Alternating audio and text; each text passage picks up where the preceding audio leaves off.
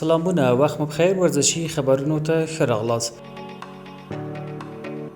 د کندوز ولایت د بدني روزنې او ورزش ریاست او کرېش فدراسیون له لوري د یاد ولایت په ورزشي لوبغالي کې د 40 جوړو اتیا ورزشکارانو ترمنځ د کوروش پهلوانۍ سیالۍ ترسره شوې. دغه سیالۍ چې په 15 او 1 کیلو وزنونو کې ترسره شوې، په 15 کیلوګرام وزن کې محمد کبیر او په 1 کیلوګرام وزن کې سهراب لومړی مقام ترلاسه کړ.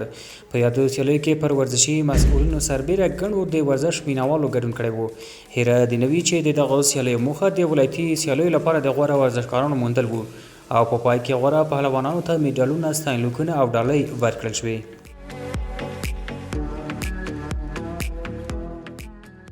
د هیواد د بدني روزنې او سپورت ریاست پلاوی په شمالي ولایتونو کې د ورزش د حالت ارزونې په دوام پرون د سمنګان ولایت له سپورت امریت او ورزش ځایونو څخه لیدنه وکړه.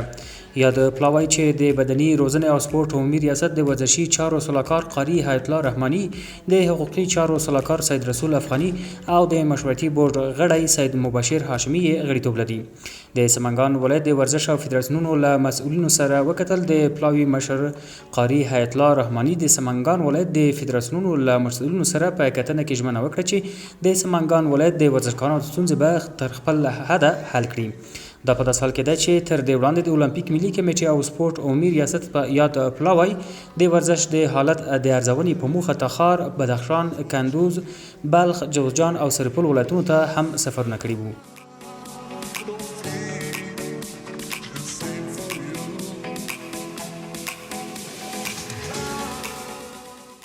د کندوز ولایت د ورزشي ریاست او فوټبال فدراسیون له لوري د ځوانانو د تشویق او هڅونې په موخه د سمنګان ولایت فیروزي او کندوز ولایت سترهای سادات لوبډلو ترمنځ د فوټبال دوستانه سیالي ترسره شوه.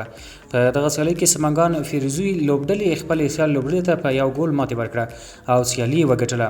په دغه سیالۍ کې پر ورزشي مسؤلینو سربیره ګڼو نندارچیانو هم ګډون کړی و.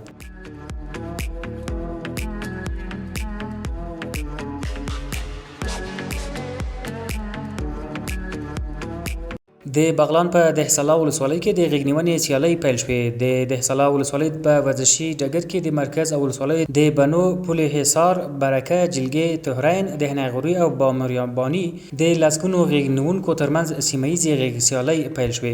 په دغه ورزشي پروګرام کې د ورزشي مسؤلینو سربیره ولایتي چارواکو په لسګونو نندارچیانو برخه اخیستې وه او د غېږنیونکي لوبغاړي یې خوښ کړل. د دغه سیالیو د پیلولو موخه د ځوانانو هڅول په ملي لوبو کې برخه اخیستل او سالمه تفریح رامنځته کول وو. د غونډې په وروستیو کې د برخوالو د مسؤلینو لخوا د چپن، جلغوزیو او لامبو په ورکولو سره لوړپوړي ورزشکاران وهڅول شول.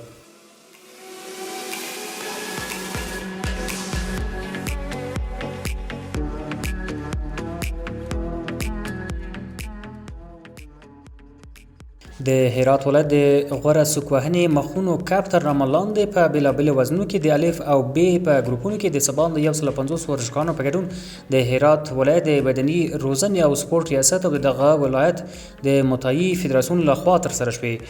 په هرات ولایت کې په دغه سیالیو کې د هرات ولایت د سپورت مسؤلینو، د دغه ولایت د فدراسیون مسؤلینو، دولتي او غیر دولتي مسؤلینو، استادانو، قومي مشرانو، ورزشکارانو او د دې ډګر ګڼ شمېر مینوالو ګډون کړی و.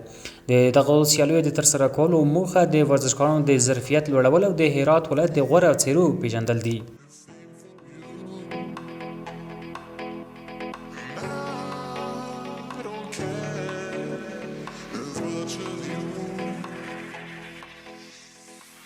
د غزنی ولایت په ورزشي جمنازیوم کې د 18 کلبونو، کوچنیانو، نوي ځوانانو او ځوانانو سني کټګورۍ د 4 ورزشکارانو ترمنځ د سوکوهنې تشویقي سیالۍ چې د جمعې په ورځ د غبرګولي په 19 نیټه پیل شوې پای ته ورسېدې. دغه سیالۍ په ټیک فایټ بڼه د ورزش ودې په موخه ترسره شوې. په پای کې د ګډونوالو مسؤلینو له لوري غوره ورزشکارانو ته میډالونه او د اتلولۍ حکمونه هم ورکړل شول.